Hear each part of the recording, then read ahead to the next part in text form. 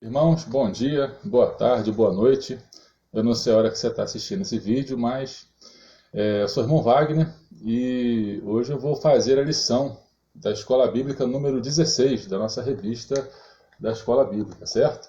E a revista da Escola Bíblica, ela também cita a passagem que está lá em Atos, capítulo 3. Então deixem as suas Bíblias abertas em Atos, capítulo 3, e a revista aberta no capítulo 16. E a revista, ela diz aqui, ó, uma igreja que anuncia o nome de Jesus. Então ela vai falar daquela parte que Pedro e João curam, né? Um coxo que pedia esmola à porta do templo. E no tópico 1 diz assim, ó, a igreja anuncia sem se omitir.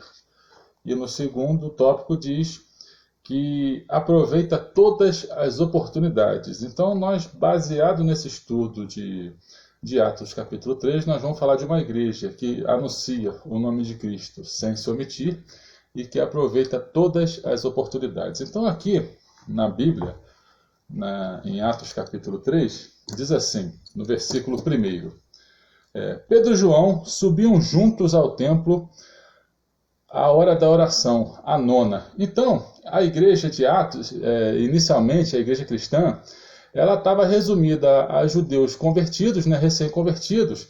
Então eles ainda estavam ligados ao templo. Então eles tinham aquelas horas de oração. A terceira, a hora nona, né? E a terceira, a sexta e a nona. A nona hora de oração era às 15 horas da tarde, às 3 horas da tarde. A terceira às 9 horas da manhã e a sexta hora era ao meio-dia. Então eles ainda estavam muito ligados aos costumes antigos. Eles daí iam passar por uma transição com os gentios, para depois formarem um só corpo. Não que essa transição tenha sido tranquila. Ela foi, depois de alguns conflitos, os cristãos, os primeiros cristãos entenderam realmente quais eram os planos de Deus para a igreja. Quando nós seremos um só corpo, os judeus convertidos e os gentios, que começa a falar lá do capítulo 8 de Atos em diante, daí quando vem o apóstolo Paulo em seguida, e por aí vai. Mas isso aí não é assunto de hoje. Então Pedro e João eles subiam juntos, eles estavam juntos. É interessante que Pedro e João sempre estavam juntos, eles tinham uma espécie de sociedade na pesca. Eles estavam juntos na transfiguração, eles ficaram juntos muitas vezes, eles eram muito amigos. E eles aqui continuavam juntos, depois de convertidos e agora pregando a palavra de Deus, né, como os apóstolos. E o interessante é que foi a hora da oração. Eu gostaria de falar sobre oração. Eu costumo dizer que um cristão que não ora é um cristão desobediente. Ele não obedece a Jesus. Por que eu digo isso? Porque a Bíblia diz, orai sem cessar. Jesus disse, vigiai e orai para que não entreis em tentação. A Bíblia diz, pedi e dar-se-vos-á, batei e abrir-se-vos-á. Então a oração, ela nos ajuda a compreender a vontade de Deus sobre nossas vidas, ela nos ajuda a alinhar a nossa vontade com a vontade de Deus, e junto à oração também vem o conhecimento bíblico. Então o cristão tem que ler a Bíblia, e tem que orar constantemente para sempre procurar estar alinhado com a vontade de Deus sobre a vida dele. Continuando aqui no versículo 2. E era trazido um varão, que desde o ventre de sua mãe era coxo, o qual todos os dias punham à porta do templo, chamada Formosa, para pedir esmola aos que entravam. Então, essa porta Formosa era uma das 9 portas que davam acesso ao templo. Então, para nós acessarmos o templo nessa época aqui, tinha 9 portas. E essa porta era chamada Formosa. Por que será que ela é chamada Formosa? Porque ela devia ser a porta mais bonita. Ela era uma porta formada com bronze, que vinha da cidade de Corinto. E esse bronze, mais ou menos de longe, assim, olhando, ele era muito semelhante ao ouro, porque o pessoal dava um polimento ali, coisa e tal, e ela brilhava muito. Logo, ela chamava atenção. Logo, era mais bonita. Se a gente for a algum local que tenha várias portas e tiver uma porta brilhosa, parecida com ouro, alguma coisa do tipo, a gente vai querer entrar por aquela porta, para tirar uma selfie, para tirar uma foto, né? Porque ela é mais bonita. E o mendigo sabia disso, porque a maioria do povo gostava de passar por essa porta. Logo, para pedir esmola, era uma porta mais lucrativa. Ele ficava por lá porque sabia que a maioria das pessoas iam passar por lá. E a prática de esmolas para o povo judeu era uma parte importante da fé deles. Eles acreditavam que dando esmola, ajudando o próximo, Em Provérbios fala, aquele que dá ao pobre empresta a Deus, é mais ou menos isso, né? Tem um ditado que fala assim, mas isso aí é fruto de um provérbio. Então, quando a gente ajuda um pobre, a gente está emprestando para Deus, como diz lá em Provérbios. Então, eles acreditavam que ajudando os pobres, eles estariam fazendo a vontade de Deus. Logo, era uma coisa muito praticada. Ainda hoje é praticada. A gente não costuma dar dinheiro, ajuda aos pobres, uma marmita, alguma coisa. A gente costuma, aqui diz esmola, né? Então, ele ficava ali porque parecia ser lucrativo para ele ficar à porta Formosa, onde a maioria das pessoas passavam, onde era a porta mais bonita, então ele ficava ali por ser algo lucrativo para ele, onde ele conseguiria o maior número de esmola possível para se sustentar, porque afinal de contas ele era coxo, naquela época não tinha aposentadoria por invalidez, não tinha nada que assegurasse aquele homem, ele era totalmente dependente de ajuda, ele não tinha nada que fizesse trabalhar, não tinha nada que pudesse ajudá-lo, somente esmolas, somente viver de ajuda dos outros, né? Então, no versículo 3 diz assim, ele vendo Pedro e João, que iam entrando no templo, pediu que lhe desse alguma esmola. Então ele viu Pedro e João, ele viu de longe, talvez de alguma forma aquela dupla chamou a atenção dele, ele pediu esmola, né? Então, a maior necessidade dele, ele achava que era financeira. Ele achava que a maior necessidade dele era comida, seria através das esmolas. Quando, na verdade, a gente vai ver já já, que a maior necessidade daquele homem era espiritual. Ele estava aprisionado a algo que era espiritual, no sentido de o dinheiro ia satisfazê-lo momentaneamente, mas aquilo que ele ia receber de Jesus já já ia satisfazê-lo pelo resto de sua vida. E olha que coisa interessante, ele diz assim, no versículo 3, e vendo Pedro e João que iam entrando no templo, pediram que desse uma esmola. E Pedro, com João, fitando os olhos nele, disse, olha para nós. Pedro viu, provavelmente ele tenha feito esse gesto aqui, moço, me dê uma esmola para um pobre, coitado, né? Fez aquele gesto de abaixar a cabeça, olhar para o chão e estender a mão. E ele estava abaixado. E Pedro e João estavam de pé, passando, então ele via o homem de cima para baixo, o homem via ele de baixo para cima, né? E Pedro falou assim, olha para mim, olha para nós. Aquele homem teve que fazer esse gesto aqui, olhar, né? Olhar, e a Bíblia diz que ele fitando os olhos nele. Quando Pedro disse, olha para mim, aquele homem falou, vou receber alguma coisa, chamou atenção. Tanto é que fala aqui no versículo 5, e olhou para eles esperando receber alguma coisa. Ele falou, opa, vai vir coisa boa aí, né? Ele falou, olha para mim, né? Então, como eu disse, a necessidade dele de receber esmola era algo que atendia momentaneamente, afinal de contas ele era coxo, dependia dos outros, tinha dificuldade para se locomover, ele era muito pobre a ponto de pedir esmolas, né? E ele muitas vezes era um peso para os outros, de modo que aqui no versículo 1 fala que todos os dias o punham para pedir esmolas, as pessoas tinham que carregá-lo em maca, ou no colo, ou nas costas, alguém tinha que carregá-lo, porque naquela época muito provavelmente não tinha cadeira de rodas como tem hoje, talvez fosse através de macas, creio eu. Não tinha, se tinha alguma coisa com rodas de madeira, de metal, só se fosse algum filho de rico que possuísse esses recursos. Um pobre era carregado em rede, em pano, ou nas costas, ou no colo, do jeito que fosse. Creio eu que fosse assim, né? Então esse homem, ele pediu algo, ele pediu uma esmola. E Pedro falou, olha para mim. E a Bíblia diz no versículo 6 assim, e disse Pedro, não tenho prata nem ouro, mas o que eu tenho isso te dou. Em nome de Jesus Cristo, o Nazareno, levanta-te e anda. Pedro não tinha prata e não tinha ouro. Era pobre. Pedro estava muito pobre, aí não tinha. Até porque nessa época aqui, os recursos da igreja eram divididos. Então raramente alguém andava com dinheiro no bolso. Eles arrecadavam recursos para ajudar os cristãos pobres. Porque aquele que se convertia à fé cristã, muitas vezes era expulso de casa, ficava sem emprego, era discriminado na sociedade e precisava muito da ajuda de outros cristãos que tinham recursos melhores. E provavelmente Pedro não tinha esse dinheiro. Pedro era pobre financeiramente. Mas Pedro e João eram ricos espiritualmente, eram muito ricos.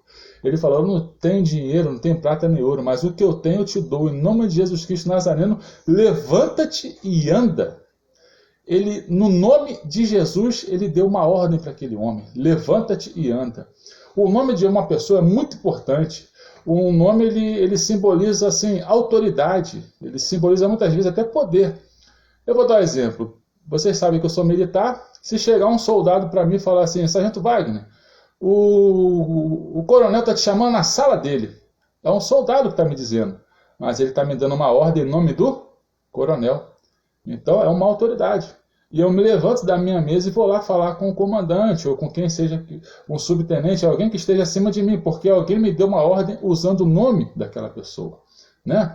Então, assim como um presidente da República, um senador assina um decreto, e aquele decreto é distribuído nos municípios e nos estados, é um nome que está naquele papel, é um nome que tem autoridade. E o nome de Jesus é um nome que está acima de todos os nomes. É um nome que está sobre todos os nomes. É o nome que maior tem autoridade nesse mundo. É o nome de Cristo. É através desse nome que ele dá uma ordem. Levanta-te e anda. Versículo 7 fala que ele, tomando pela mão direita, o levantou. Esse homem, por si só, talvez ele não conseguisse. Afinal de contas, ele ainda não acreditava em Cristo. Ele ainda não tinha uma... Ele ouviu o nome de Jesus, uma ordem vindo de um apóstolo, e ele estende a mão. Ele teve que ajudar aquele homem a se colocar de pé. Então ele estendeu a mão, e a Bíblia diz que, no versículo 7, que ele logo os seus pés e tornozelos se firmaram. Então, meu irmão, quando você vê alguém que está passando uma necessidade, alguém que está caído, alguém que tem uma enfermidade muito grande... a gente, além de pregar a palavra de Deus e falar em nome de Jesus, nós temos que estender a mão e ajudar essa pessoa a se reerguer, ajudar essa pessoa a ficar de pé e a se firmar sobre os seus tornozelos. Essa é a mensagem central desse versículo. Então nós temos que ajudar o próximo a se firmar. Não só ficar de pé, mas se firmar. E a Bíblia diz no versículo 8, e saltando ele, pôs-se em pé, e andou e entrou com eles no templo, andando e saltando e louvando a Deus. Interessante, né? Logo que ele sentiu que firmou os tornozelos, a Bíblia diz que ele saltou, ele deu um pulo, e ele ficou de pé. Imagina a alegria desse homem, meu irmão. Imagina a alegria, por isso que ele saltou. E ele andou e entrou no templo. Interessante, né? Lá no versículo 1, diz que ele ficava à porta do templo pedindo esmola. E logo que esse homem se firma nos pés, que ele é sarado pelo nome de Jesus, logo que alguém estende a mão para ele, a Bíblia diz que ele entra no templo, né?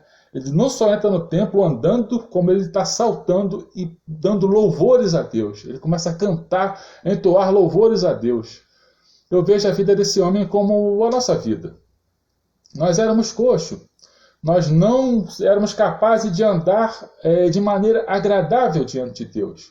Nós recebemos essa deficiência, digamos assim, de Adão. Nós não conseguíamos andar agradando a Deus. Nós éramos pobres. Nós, como pecadores, nós estávamos falidos diante de Deus. Incapazes de pagar essa dívida, que era tremenda, a dívida que tínhamos com Ele. Mas Jesus pagou essa dívida na cruz, né? E nós estávamos fora do templo. O templo aqui simboliza a comunhão com Deus. Nós estávamos fora da comunhão com Deus, né? E por mais perto da porta do templo que estejamos, nós estamos longe de Deus. Se nós não abrirmos o coração para Jesus, se nós não abrirmos o coração e entendemos que Jesus é o Filho de Deus, que Ele é Senhor e Salvador de nossas vidas, né? Sendo assim, nós estamos sempre fora do templo. Não o templo, esse material que nós vamos lá aos domingos, alguns outros dias da semana, terça, quarta, quinta, sábado, não esse templo, mas o templo do Espírito Santo, nós como templo do Senhor, né? Quando você tem Jesus como Senhor e Salvador de sua vida, a Bíblia diz que você passa a ser o templo do Espírito Santo. O Espírito Santo passa a habitar em você, né? Então esse homem, eu entendo que era como nós, ele era coxo, miserável, estava longe da comunhão com Deus. E aí agora não, com Jesus entrando na sua vida, a Bíblia diz que ele pôs-se de pé, andou, entrou com eles, né, com os dois apóstolos no templo, andando, saltando e dando louvores a Deus. Olha só que maravilha, a transformação desse homem começa aqui, né? E o legal é que ele pediu uma esmola, moço, me dá uma moedinha, me dá R$2, me dá um trocadinho.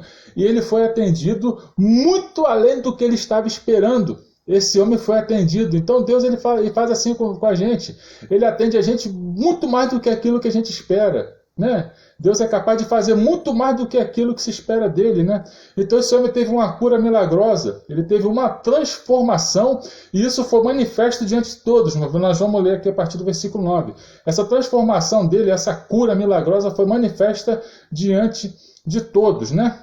E ao ser capaz de andar, ele não deixou dúvidas de que lado ele estava. Ele já foi para o lado dos apóstolos. E ele entrou no templo entoando louvores a Deus. Ele não teve dúvidas daquilo que ele deveria seguir, né?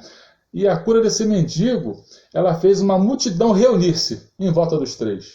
Em volta de João, de Pedro e do coxo, que a Bíblia não fala o nome desse mendigo, né? A Bíblia não fala, né? E olha o que acontece no versículo 9. E todo o povo o ouviu andar e louvar a Deus, que estava em volta, viu. As pessoas estavam acostumadas a ver ele pedindo esmola, todos os dias, se arrastando, sendo levado, e de repente todo o povo viu. Versículo 10. E conheciam-no, pois era ele o que se assentava a pedir esmola à porta formosa do templo. E ficaram cheios de pasmo e assombro pelo que lhe acontecera. Todo mundo conhecia esse homem, né? E ficaram assustados com aquilo. Nunca antes eles tinham visto um coxo andar. O milagre daquele acontecer, principalmente pelo nome de Cristo, era algo que a partir de então seria uma novidade nessa época, e depois nem seria mais novidade, porque o nome de Cristo até hoje vem fazendo milagre na vida daqueles que creem. Então, meus irmãos, versículo 11. E apegando-se ele a Pedro e João, a Bíblia diz que ele se apegou. Ele falou, eu vou colar nesses caras, os caras me curaram. Ele se apegou, chegou junto, falou, não quero sair de perto desses camaradas que nós me curaram. E aqui, e apegando-se ele a Pedro e a João, todo o povo correu atônito para junto deles, no alpendre chamado Salomão. Esse alpendre chamado Salomão era um lugar onde Jesus já havia ministrado. Isso está lá em João, capítulo 10, versículo 23. Quem quiser olhar depois, dá uma olhadinha lá. Então Jesus já havia ministrado lá. E era um local costumeiramente usado para os cristãos louvarem a Deus, ouvirem a palavra de Deus, e se reuniam costumeiramente nesse alpendre chamado de Salomão. Era um local que tinha lá, que tinha esse nome. Eu não vou entrar nesse dado aqui, não. Então, eles estavam reunidos e se reuniram em volta. Eles ficaram assustados. O que está acontecendo? Como é que é esse negócio aí? Aí Pedro viu aqui o quê? Uma oportunidade de falar de Jesus. Lembra que eu falei no início da mensagem? Uma oportunidade. No versículo 2 fala assim: e quando Pedro viu isso, disse ao povo: varões israelita, por que vos maravilhais disto? Ou por que olhais tanto para nós, como se por nossa própria virtude ou santidade fizéssemos andar este homem? Primeira coisa que Pedro fez, ele esclareceu a fonte do milagre. Pedro falou, não fui eu que fiz esse milagre. Você acha que eu seria capaz de, por minha própria virtude ou vontade ou santidade, fosse capaz de fazer um coxo andar? Pedro, inicialmente, a primeira coisa que ele faz, esclarece a fonte do milagre. Segunda coisa que Pedro faz, provavelmente revestido de ousadia pelo Espírito Santo, ele começou a lembrar os judeus da forma como eles haviam tratado Jesus. O interessante é que Jesus havia sido crucificado algumas semanas atrás. Há pouco tempo, era muito claro na mente deles o que eles fizeram com Cristo. Era muito claro na mente deles a crucificação e a condenação de Cristo. Pedro começa a falar a partir de agora. Ele fala assim no versículo 13. O Deus de Abraão, de Isaac e de Jacó, o Deus de nossos pais, glorificou a seu filho Jesus, a quem vós entregastes e perante a face de Pilatos negastes, tendo ele determinado que fosse solto. Então Pilatos mandou soltar. Ele falou, não vejo culpa nesse homem. Ele mandou soltar Jesus, lavou as mãos e soltou. Mas eles falam, crucificam, crucificam. Né? Pedro começou a lembrar eles disso. Talvez aqui inicialmente pareça uma mensagem de condenação. Talvez inicialmente pareça uma mensagem uma mensagem pesada, né? E continuando aqui, versículo 14. Mas vós negastes o santo, o justo, e pediste que se vos desse um homem homicida. Pedro está dizendo assim, vocês trocaram Jesus por um homicida. Lembra que eles pediram para soltar Barrabás e que crucificassem Jesus? Pedro está falando isso para eles. É como se estivesse falando assim, Pedro está jogando na cara deles isso. Que eles preferiram o homicida a Jesus. Olha a ousadia de Pedro falar isso para o povo judeu. Olha como é que esse homem estava revestido de autoridade e poder e ousadia para pregar uma palavra dessa para esse povo. Né? E fala assim, ó, e matastes o príncipe da vida, algumas versões diz, o autor da vida, né? E matastes o príncipe da vida, ao qual Deus ressuscitou dos mortos, do que nós somos testemunhas. Ele falou assim, eu vi Jesus ressuscitar. Então, interessante é que ele fala para os judeus assim, ele reafirma várias vezes a santidade de Cristo. Ele chama Jesus de Filho de Deus, o Santo, o Justo, e agora, por último, chamou de o Autor da Vida, ou Príncipe da Vida. Olha as qualidades. Ele está remetendo a muitas vezes o que os profetas chamavam Jesus. Ele está dizendo assim, lembra desses nomes? O Santo, o Justo, o Filho de Deus, o Profeta. É esse que vocês mataram. É esse que os profetas anunciaram no passado. A gente vai ver isso aqui já já. E ele fala assim, ó, é desse que ressuscitou e nós somos testemunhas, né? O Calvário pode ter sido a última palavra do ser humano, mas o sepulcro vazio foi a última palavra de Deus. Para muitos terminou no Calvário, mas para Deus terminou para uns, mas começou no sepulcro vazio. Né? O cristianismo ele começa de fato na crucificação e no sepulcro vazio. É ali que a gente tem a noção de que tudo se cumpriu na crucificação e em seguida no sepulcro vazio. Né? Ele estava pregando para um povo culpado. Aquele povo a qual Pedro se dirigiu era culpado de matar o próprio Messias. E esse povo era um povo que, como se estivesse doente. Por que eu digo isso? Porque se você estiver doente e você tiver ciência dessa doença, você vai para a farmácia e tomar um remédio, certo? Para você tentar se curar, para amenizar os seus sintomas, você vai procurar um médico e coisa e tal. Mas se você estiver doente e não reconhecer que está doente, você vai se negar a tomar um remédio. Você vai se negar a ir no médico, logo você vai se negar uma cura. Então é mais ou menos isso que acontece. Esse povo ele estava doente. E eles tinham que ter ciência dessa doença para eles poderem ter acesso à cura. Para eles poderem ter acesso ao médico, à receita. Entendeu como é que é? Então Pedro ele estava dizendo isso. E olha o que Pedro fala no versículo 16. E pela fé no seu nome, fez o seu nome fortalecer. A este que vedes e conheceis. A fé que é por ele deu a este, na presença de todos vós, a perfeita saúde. E é na fé do nome de Cristo que ele pregou para aquele homem. Ele falou, levanta e anda em nome de Jesus Cristo, o Nazareno. E ele fala agora, irmãos, versículo 17, eu sei que o fizeste por ignorância, como também os vossos príncipes. Algumas versões dizem os vossos magistrados. Então Pedro, ele fala algo aqui, ele começa com uma acusação forte, pesada. Vocês mataram o Filho de Deus. Mas aí ele começa a falar assim, vocês têm uma chance, vocês fizeram por ignorância. Por que eu digo isso?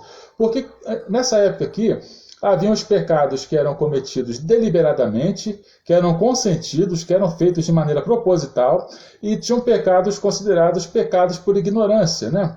O pecado arrogante, provocado, ele era condenado, e muitas vezes ele era condenado com a morte, né? Esse tipo de pecado, né?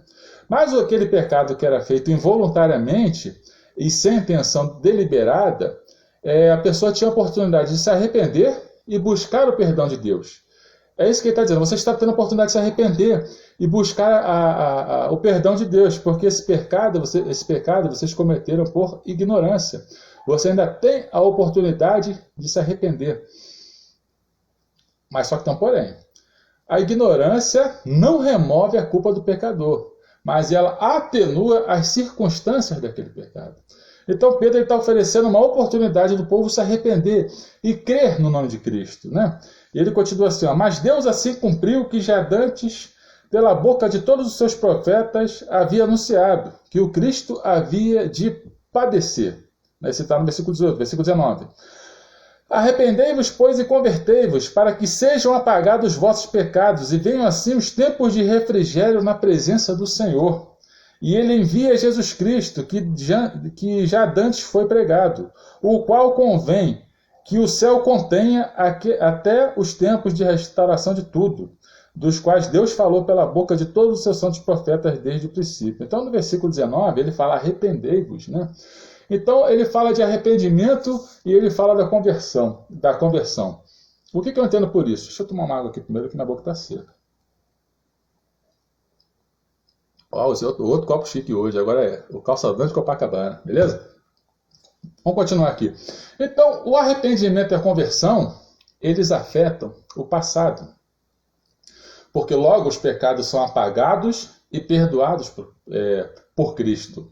Eles afetam o presente. Por quê? Porque, como falou aqui, vai iniciar um tempo de refrigério, de descanso no Senhor, de paz. Né? Jesus lá em João 14, lá pelo 27, 28 e 29, ele falou: deixe-vos a paz, a minha paz vos dou. Não se turbe e nem se atemorize o vosso coração. É uma paz que excede todo entendimento. É uma paz que ela é independente das circunstâncias. A partir de então, Jesus passa a ser o pastor de nossas vidas. É como diz lá o Salmo 23, o Senhor é o meu pastor, nada me faltará. Deitar-me faz em verdes pastos. Guia-me mansamente a águas tranquilas. Refrigera a minha alma. Guia-me pelas veredas da justiça, por amor do teu nome. Né? Ele fala assim: ainda que eu andasse pelo vale da sombra da morte, não temeria mal algum, porque tu estás comigo. A tua vara e o teu cajado me consolam. Então, é uma paz, meu irmão, é um refrigério. É algo que ele traz para você, independente da circunstância que você está passando. Isso só quem pode te dar é o Senhor Jesus. E ela também pode afetar o seu futuro. Ela afeta o seu passado, o seu presente e o seu futuro. Como?